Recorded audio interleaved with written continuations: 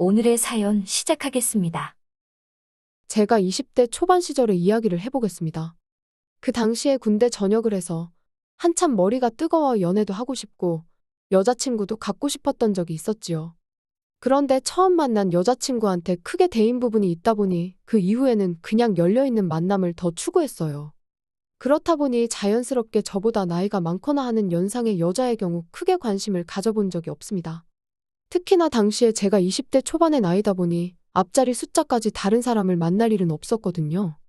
통제된 환경인 군대에서 나오니 사회의 자유를 느끼고 싶어서 학교로 곧바로 복학하고 싶지는 않았습니다. 모처럼인데 자유를 느끼고 싶었지요. 사실 지금 생각하면 방종에 가까운 행동이었겠지만 아무튼 학교에 복학을 하지 않고 놀러 다니기만 하고 있으니 집에서는 당연히 제 용돈부터 끊어버렸습니다. 돈 없이 어떻게 여자를 꼬시고 술을 마시겠습니까? 그래서 결국 돈이 부족해져서 아르바이트를 구하게 되었습니다. 그런데 막상 아르바이트를 구하다 보니 저랑 맞는 일이 없더군요. 평일은 좀 쉬더라도 불금이나 불토에는 강남이나 홍대 같은 데 가서 헌팅도 하고 해야 하는데 웬만한 아르바이트는 저에게 주말 출근을 강요했습니다. 저도 그날은 양보할 수 없었지요. 평일에도 여자를 만나면야 충분히 만나겠지만 토요일은 모두가 다 놀러 나오는 만큼 홈런을 칠 확률이 더 높았거든요. 그러다 일자리를 추리다가 회사를 하나 발견하게 들어가게 되었습니다. 회사다 보니 사실 제가 복학을 하게 되면 일을 그만둬야 하는데 당장 직원이 필요하다 보니 회사 쪽에서도 저를 필요로 해서 일을 하게 되었습니다. 보수도 세고 다 좋았어요. 일하는 것도 그렇게 어렵지 않았지요. 그중에 제일 장점은 회사 자체가 사장도 부사장도 다 여자고 직원들도 전부 여자로 이루어져 있는 회사였습니다. 저랑 비슷한 또래 여직원들이 잔뜩 있는데 면접 볼 때 보니까 다들 외모가 상당했어요. 복학 전까지 한 반년 정도 일을 할 계획이었는데 반년이면 한 달에 한 명씩 돌아가면서 만나도 시간이 빠듯하겠다 싶었습니다. 그런데 단점이 하나 있었으니 유일한 남자 직원이었던 저였기에 저만 업무가 판이하게 달랐습니다. 여자들이 다루기 힘든 창고 일을 해야 했는데 출근해도 사무실에서 일하는 게 아니니 여직원들하고 엮일 일이 거의 없었지요. 그나마 사장하고 부사장은 업무상 이유로 자주 만났습니다. 그래도 책임감이라고 제가 늦게까지 일하면 두 사람이 퇴근 시간까지 기다려주고 했어요. 사장과 부사장이 예전부터 친한 친구 사이였다고 하더라고요. 겉보기에는 둘이 나이 차이가 한참 나는 줄 알았는데 말입니다.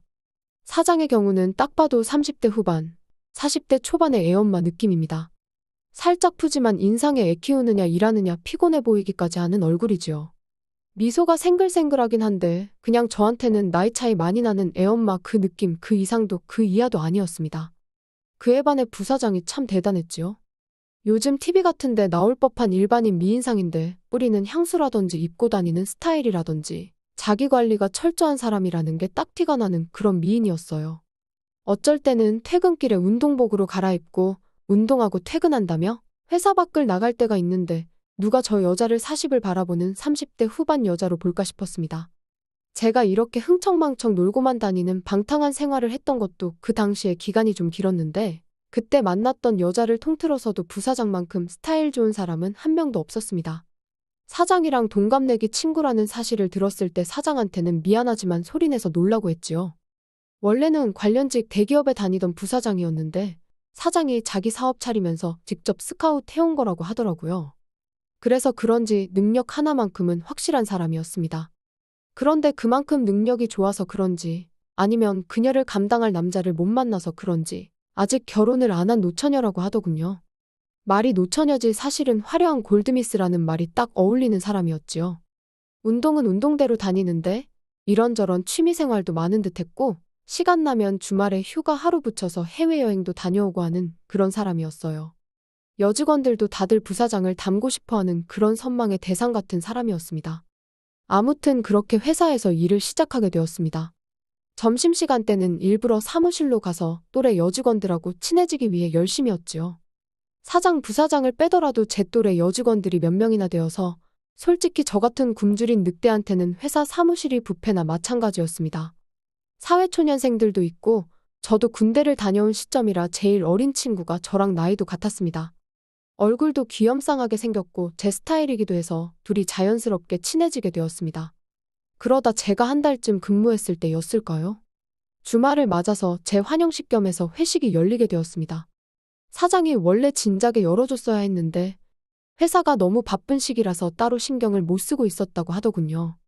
아르바이트에 반년 정도만 하다가 그만둔다는 말까지 했는데 환영식까지 해주니 솔직히 사장 마음 씀씀이가 고맙긴 했습니다.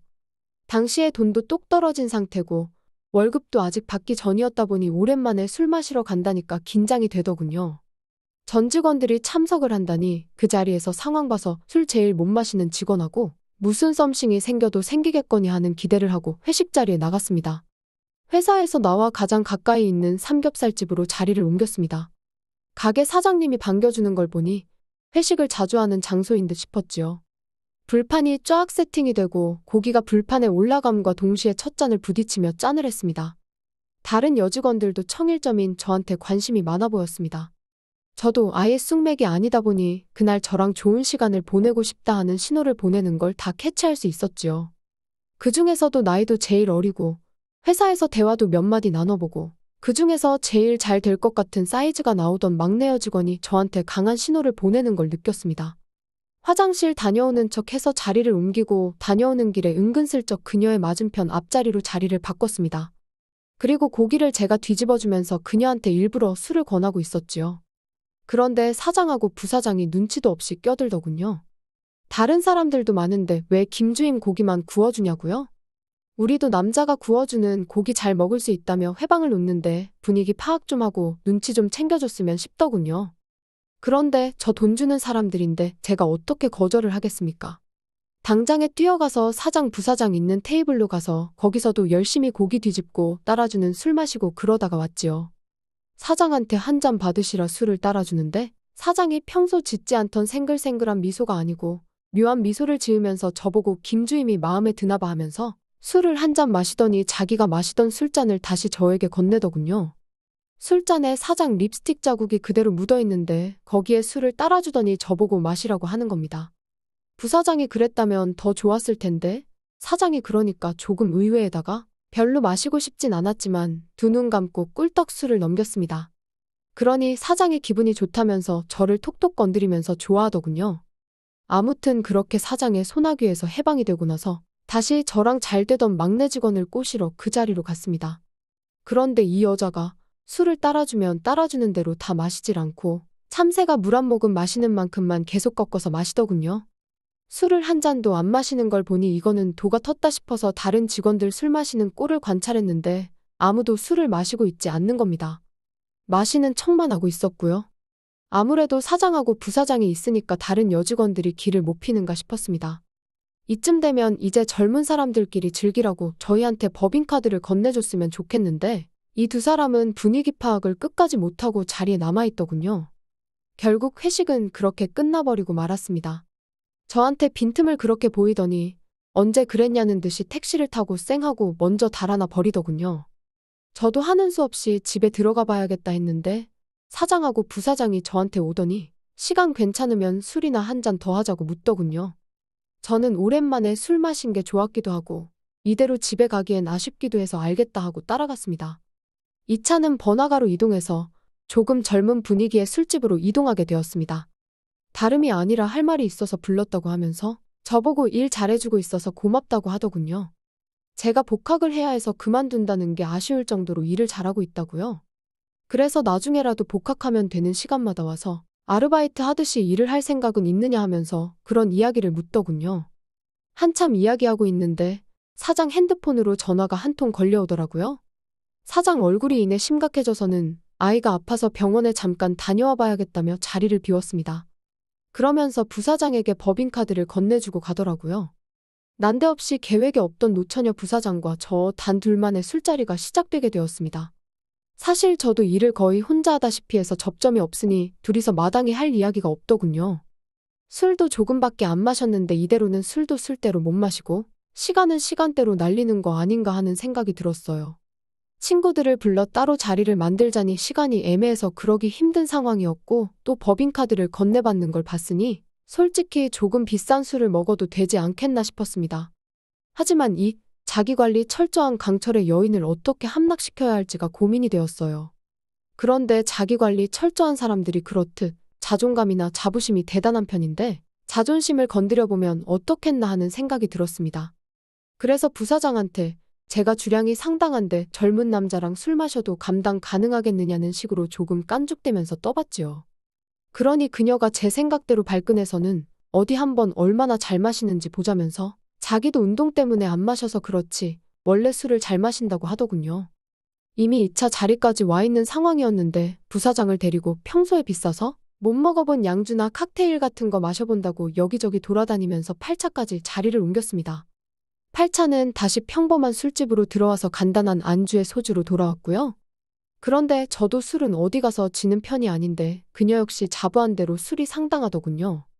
양주와 칵테일, 잔으로 마셨지만 그래도 최소 10잔은 마셨습니다.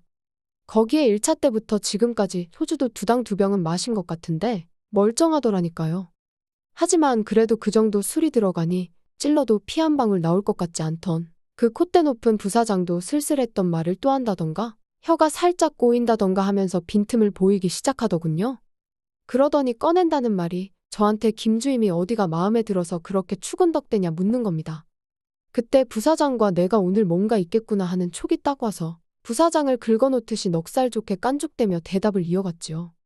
그랬더니 부사장이 생각지도 못한 말을 하는 겁니다. 김주임이 사실 엄청 해프다고 하면서 사실 제가 일하기 전에 있던 직원도 김주임하고 창고에서 그러다가 걸려서 잘리다시피 그만둔 거라고 하는 겁니다. 사내 연애를 금지하는 건 아니지만 저 있기 전에 있던 직원이 가정이 있던 사람이라 하더군요. 일이 커져서 회사에 타격을 입기 전에 제 발로 관둔 거라고 하면서 김주임 뒷담을 저한테 하는 거였어요. 뭐 거기까지야 질투가 나서 그랬다고 이해할 수 있는데 부사장이 난데없이 단도직입적으로 그러니까 그런 여자랑 할 생각하지 말고 자기랑 가자는 거예요. 술을 얼마나 더 마셔야 눈치를 채겠냐면서 아주 돌직구를 날리더군요. 남자들도 한 살이라도 어린 여자 만나고 싶어 하는 것처럼 여자들도 똑같다고 하면서 말입니다. 그때까지 저는 연상에 관심은 없었지만 부사장이라며 제 역사에 기록될 만큼 수준급의 여자임이 확실했기에 피할 생각도 없었고 오히려 감사한 상황이었지요. 그런데 자리를 옮기자던 부사장이 자리에 꿈쩍도 않고 저를 생긋생긋 웃으며 묘한 미소로 쳐다만 보더군요. 그러니 저도 슬슬 안달이 나더군요. 더 기다릴 게 뭐가 있냐고 하니 저한테 사장이 돌아오겠다 하지 않았냐며 말을 하더군요. 사실 사장도 저한테 관심이 있다고 자기들 둘이 친구인 거 알고 있지 않냐면서 사장 오는 거 기다렸다가 셋이서 같이 가자는 겁니다. 이미 8차까지 왔는데 제 생각엔 사장이 올 것 같지도 않고 솔직히 부사장이야 이성으로서 매력적이고 자기관리가 철저하니까 넘어가지만 사장의 경우에는 아무리 부사장과 나이가 같다고 해도 영 아니었거든요.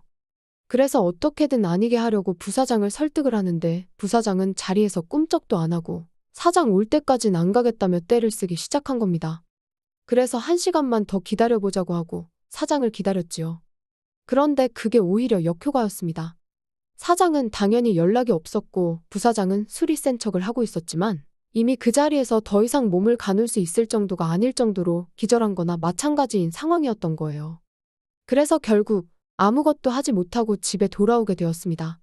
택시 탈 때 은근슬쩍 옆에 같이 탔는데 거기서는 어딜 집까지 따라오냐며 또 철벽을 치면서 그러더군요. 아무 소득도 없이 집에 들어오니 너무 아쉽더군요. 그런데 자꾸 신경이 쓰이는 게 사장이 저한테 관심이 있고 친구인 부사장과 셋이서 할 계획을 세웠다는 것이 참 충격적이었어요. 그리고 곰곰이 그걸 생각해보니 괜히 그동안 아줌마 같다고 생각했던 사장도 괜찮아 보이는 겁니다. 남자가 칼을 뽑았으면 무라도 썰어야겠다 싶어서 사장을 한번 노려보기로 했지요. 조금 기대되는 상태로 출근을 했습니다. 한참 일을 하고 있는데 사장이 저를 찾아 창고까지 왔더군요. 속으로 올게 왔다 싶었습니다. 사장이 누가 들을 수도 있으니까 하면서 창고 구석 으슥한 곳으로 저를 데려가더군요. 그러면서 저를 떠보듯이 물어보는 겁니다. 혹시 부사장한테 무슨 말 들은 거 없냐면서요. 그래서 저도 사실 이러면 안 되는 거 알지만 저도 사장님하고 만나보고 싶은 생각이 있다. 이런 이야기를 하게 되었네요. 그런데 사장이 손사래를 치면서 또 부사장이 저질렀구나 하면서 그런 게 아니라고 하더라고요. 변명을 하는 게 아니라 부사장이랑 자기가 젊었을 때는 사실 둘이서 남자 1명 데리고 그런 식으로 만남을 자주 가지긴 했는데 자기는 아이가 태어나고부터는 다 끊었다고 하더군요. 그러니 그 말은 그냥 부사장이 술에 혼자 취해가지고 그랬던 거니 신경 끄라고요. 그리고 이 상황을 비밀로 좀 했으면 좋겠다 하는 거였어요. 저도 얼굴이 다 부끄럽더군요. 쌓이고 쌓여서 별로 관심도 없던 아줌마 같은 사장에게 저를 맡기려 했다는 사실도 그렇고 포기하지 않았던 것도 그렇고요. 그리고 사장한테 한 소리를 들었는지 부사장이 이어서 창고로 들어와서 저를 찾았습니다. 그래놓곤 미안하다 사과하대요. 그래서 이게 미안하다고 끝날 일이냐고. 저는 하마터면 사장한테 대놓고 그거 하자고 물어볼 뻔했다고. 막 열불을 내면서 성을 내니 그녀가 그 말을 듣더니 배를 잡고 웃더라고요. 그러더니 사장한테는 그렇게 하면서 왜 자기한테는 대시를 안 하냐면서 자기 아직 만나는 사람도 없고 요즘 운동도 질렸던 차라 조금 색다른 방식의 운동을 하고 싶다고 하는 겁니다.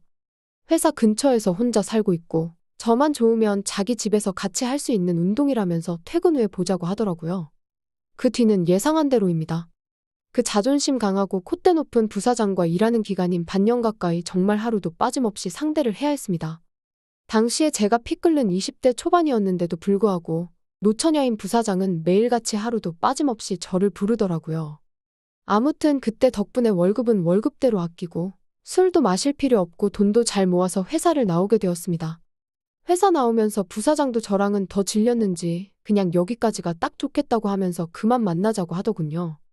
그날 이후로 저는 조금 취향이 바뀌어서 또래 여자들은 너무 시시하고 재미도 없어서 일부러 저보다 나이가 많은 사람들로만 만나고 있습니다. 그래서 덕분에 30대 후반이 다 돼가는데 아직도 결혼을 하지 못했네요. 지금은 이제 50대가 되어 있겠네요. 사장은 몰라도 부사장만큼은 제 생각에 아직도 그때의 미모를 간직하고 있을 것만 같습니다. 또 찾아주셔서 감사합니다. 매일 새롭고 흥미로운 사연으로 찾아뵙겠습니다. 구독과 좋아요 잊지 마시고 다음 사연으로 다시 찾아뵙겠습니다. 감사합니다.